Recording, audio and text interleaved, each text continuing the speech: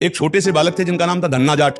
उनको परिवार की माँ ले गई कथा सुनाने, तो कथा में कह रहे थे बिना भगवान का भोग लगाए जो खाता है वो पाप खाता है। तो पंडित जी के पास गए, हमारे यहाँ तो भगवान है नहीं, तो आप भगवान दे दो। तो उन्होंने सोचा लड़का है, इसको ठाकुर जी तो दे नहीं सकते, तो भांग खाते थे, तो भांग का बट्टा ऊपर का, कहा ये भगवान है ले लो। तो उनका आप कैसे सेवा करेंगे? तो बोले नहा के नहा देना और पवा के पा लेना, बस इतनी सेवा। घर में गए, नहाया और ठाकुर जी को ना वही मतलब भांग के बट्टा को ना, और बाजरे की रोटी गरीब आदमी सामने रखा, पाओ प्रभु। एक दिन हो गया तो उन्होंने सोचा हमारे पास कुछ है नहीं, लगता पंडित जी के पास खीर पुआ सब सामग्री थी तो ठाकुर जी पाते, वो बिल्कुल ठाकुर जी मान रहे। दूसरा दिन हुआ फिर वही बाजरा, तीसरा दिन हुआ फिर वही बाजरे की रोटी।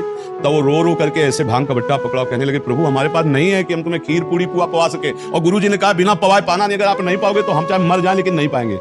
उसी समय श्री कृष्ण प्रकट हो गए, भांग के बट्टे की जगह में श्री कृष्ण बैठे और बाजरे की रोटी शुरू कर दी पाना। तो बोले देखो पूरी रोटी तुम नहीं पाओगे, आधी हमें दो आधी तुम पाओ। भगवान ने, और फिर जो लीला का विस्तार हुआ कि धन्ना सेठ हो गए। ये है विश्वास।